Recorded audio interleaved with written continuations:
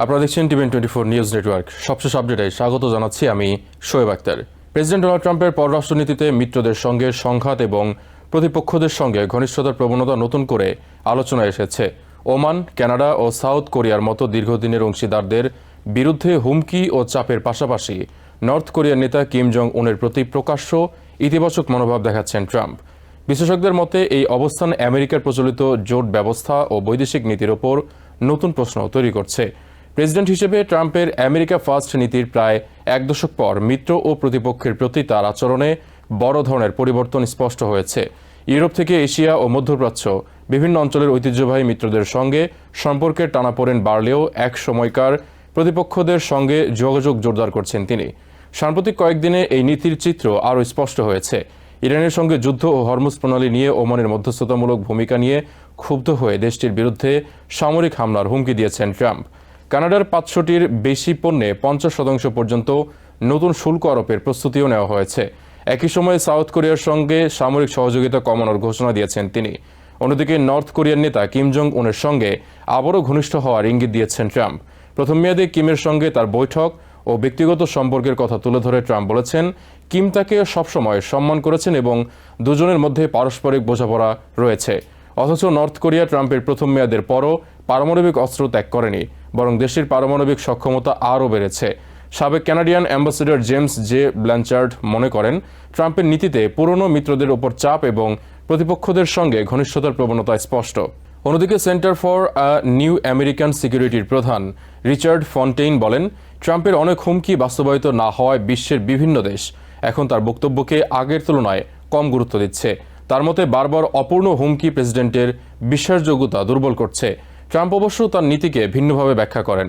তার দাবি, আগের প্রশাসনগুলোর সময়ে আমেরিকার মিত্ররা দেশটির নিরাপত্তা ও বাণিজ্যিক সুবিধা নিয়েছে, কিন্তু যথেষ্ট প্রতিদান দেয়নি। ন্যাটোর সদস্যদের সামরিক ব্যয় এবং আমেরিকার বাণিজ্য ঘাটতিকে তিনি এর উদাহরণ হিসেবে দেখান। একই সঙ্গে চায়না, রাশিয়া ও নর্থ কোরিয়ার মতো প্রতিপক্ষের সঙ্গে আগের কঠোর নীতির পরিবর্তে কূটনীতির মাধ্যমে সমঝোতার চেষ্টা করছেন বলে তার অবস্থান। ইরান যুদ্ধ ট্রাম্পের কাছে মিত্রদের মূল্যায়নের নতুন মানদণ্ড তৈরি করেছে। যেসব দেশ তেহরানের বিরুদ্ধে সামরিক অভিযানের সহায়তা করতে বা হরমুজ প্রণালীতে জাহাজ চলাচল নিষিদ্ধ করতে শক্তি প্রয়োগে রাজি হয়নি, তাদের অনেককেই তিনি আমেরিকার স্বার্থের বিরুদ্ধে অবস্থান নেওয়া হিসেবে দেখছেন। ব্রিটেন, ফ্রান্স, স্পেন ও ইতালির পর এবার তার ক্ষোভের কেন্দ্রে এসেছে সাউথ কোরিয়া।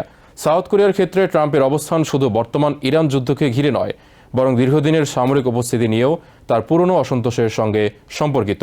1950-এর দশকের যুদ্ধের পর থেকে সাউথ কোরিয়ায় আমেরিকান সেনা মোতায়েন রয়েছে। বর্তমানে দেশটিতে প্রায় 28,500 আমেরিকান সেনা অবস্থান করছে। ট্রাম্প প্রথম মেয়াদেও এই সামরিক উপস্থিতিকে ব্যয়বহুল ও অপ্রয়োজনীয় হিসেবে দেখেছিলেন এবং সেনা প্রত্যাহার ও যৌথ সামরিক মহড়া কমানোর চেষ্টা করেছিলেন। তবে নীতি নির্ধারণী পর্যায়ের কিছু বিশেষজ্ঞ মনে করছেন, সাউথ কোরিয়ার ওপর চাপ প্রয়োগের ক্ষেত্রে কৌশলগত হিসাব আরও জটিল।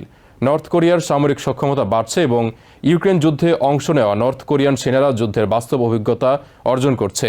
এমন পরিস্থিতিতে আমেরিকার সামরিক উপস্থিতি কমানো আঞ্চলিক নিরাপত্তায় প্রভাব ফেলতে পারে। ওমানের সঙ্গে ট্রাম্প প্রশাসনের উত্তেজনা মধ্যপ্রাচ্যের বর্তমান পরিস্থিতির সঙ্গে সরাসরি সম্পর্কিত। বহু বছর ধরে আমেরিকা ও ইরানের মধ্যে যোগাযোগ এবং আলোচনায় মধ্যস্থতাকারী হিসেবে গুরুত্বপূর্ণ ভূমিকা পালন করে আসছে ওমান। কিন্তু হরমুজ প্রণালী নিয়ে ইরানের সঙ্গে সমঝোতার চেষ্টা ট্রাম্পের অসন্তোষের কারণ হয়েছে।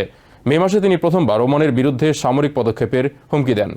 সোমবার আবারও হুমকি দিয়ে বলেন, ইরানের সঙ্গে তার সমঝোতার পথে ওমান বাধা হয়ে দাঁড়ালে দেশের বিরুদ্ধে হামলা চালানো হতে পারে। কানাডার সঙ্গে বিরোধের ধরন অবশ্য ভিন্ন। এখানে মূলত বাণিজ্য, শুল্ক এবং ট্রাম্পের দীর্ঘদিনের রাজনৈতিক বক্তব্য সম্পর্ককে জটিল করে তুলেছে। মঙ্গলবার মধ্যরাত থেকে 500টির বেশি কানাডিয়ান পণ্যে 50% পর্যন্ত নতুন শুল্ক আরোপের প্রস্তুতি নেয় ট্রাম্প প্রশাসন। শুল্ক এড়াতে কানাডা শেষ মুহূর্ত পর্যন্ত বাণিজ্যিক ছাড় দেওয়ার চেষ্টা চালিয়ে যাচ্ছিল। দুই দেশের মধ্যে উত্তেজনা শুধু শুল্কে সীমাবদ্ধ নয়, কানাডাকে আমেরিকার 51তম স্টেট করার আকাঙ্ক্ষার কথাও একাধিকবার বলেছেন ট্রাম্প। ফলে দীর্ঘদিনের ঘনিষ্ঠ প্রতিবেশী ও গুরুত্বপূর্ণ বাণিজ্য অংশীদার কানাডার সঙ্গে সম্পর্ক নতুন রাজনৈতিক চাপের মুখে পড়েছে। এমনকি গত মাসে ডেট্রয়েট ও উইন্ডসরকে যুক্ত করা নতুন গর্ডি হাউ আন্তর্জাতিক সেতুর উদ্বোধনও ট্রাম্প প্রশাসনের সঙ্গে বিভিন্ন বিরোধের কারণে কয়েক সপ্তাহ পিছিয়ে যায়। অন্যদিকে ট্রাম্পের নর্থ কোরিয়া নীতি তার মিত্রদের প্রতি কঠোর অবস্থানের বিপরীত চিত্র তুলে ধরে।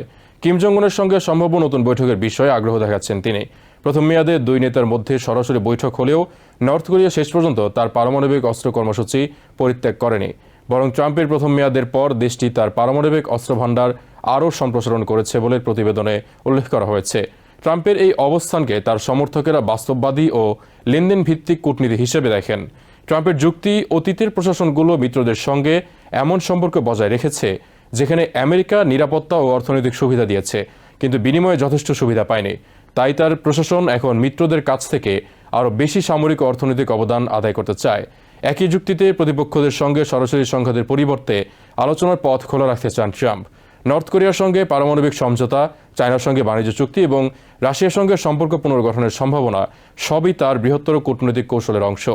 ইউক্রেন যুদ্ধের অবসান ঘটিয়ে রাশিয়ার সঙ্গে পূর্ণ সম্পর্ক পুনঃপ্রতিষ্ঠার ক্ষেত্রেও তিনি সক্রিয় হওয়ার চেষ্টা করছেন। তবে সমালোচকদের মতে মিত্র ও প্রতিপক্ষের প্রতি এমন বৈপরীত্য আমেরিকার দীর্ঘদিনের বৈদেশিক নীতির ধারাবাহিকতাকে দুর্বল করছে। সাউথ কোরিয়ায় আমেরিকার সামরিক উপস্থিতি, ওমানের মধ্যস্থতাকারী ভূমিকা এবং কানাডার সঙ্গে দীর্ঘদিনের মিত্রতার মতো সম্পর্কগুলোকে চাপের মুখে ফেলে প্রতিপক্ষদের সঙ্গে ঘনিষ্ঠতা বাড়ানো হলে আমেরিকার ওপর মিত্রদের আস্থা কমতে পারে। Centre for strategic and international স্টাডিজের ভিক্টর ডি চা মনে করেন, মিত্ররা ট্রাম্প প্রশাসনের উপর আগের তুলনায় কম আস্থা রাখলেও এখনও আমেরিকার প্রয়োজন রয়েছে। তার মধ্যে সাউথ কোরিয়ার প্রেসিডেন্ট লি জে মিয়ং ও ট্রাম্পের সঙ্গে সম্পর্ক নষ্ট করতে চান না। একই সঙ্গে কিমের সঙ্গে ট্রাম্পের যোগাযোগ সফল হলে তা সাউথ কোরিয়ার স্বার্থেও আসতে পারে। আরেকটি গুরুত্বপূর্ণ বিষয় হলো ট্রাম্পের সব হুমকি বাস্তবায়িত হয়নি। আমেরিকা এখনও নেটো থেকে বেরিয়ে যায়নি, সাউথ কোরিয়া থেকে সেনা প্রত্যাহার করেনি, ওমানে হামলা চালায়নি কিংবা কানাডা ও গ্রিনল্যান্ড দখল করেনি। ফলে বিশ্বের বিভিন্ন দেশ ট্রাম্পের বক্তব্যকে গুরুত্ব দিলেও অনেক ক্ষেত্রে তা বাস্তবে কতটা কার্যকর হবে সে বিষয়ে অপেক্ষা করছে। তবে বিশেষজ্ঞদের সতর্কতা হলো, বারবার হুমকি দিলেও যদি সেগুলো বাস্তবায়িত না হয় তাহলে আমেরিকার প্রেসিডেন্টের বক্তব্যের বিশ্বাসযোগ্যতা ক্ষতিগ্রস্ত হতে পারে। আবার কিছু হুমকি বাস্তবায়িত হলে মিত্রদের সঙ্গে সম্পর্কের দীর্ঘমেয়াদী ক্ষতি হওয়ার ঝুঁকি রয়েছে। ফলে ট্রাম্পের বর্তমান কৌশল একই সঙ্গে চাপ প্রয়োগ ও দর কষাকষির নতুন মডেল তৈরি করছে, কিন্তু এর ফল আমেরিকার বৈশ্বিক অবস্থানের জন্য কতটা ইতিবাচক হবে তা এখনও স্পষ্ট নয়।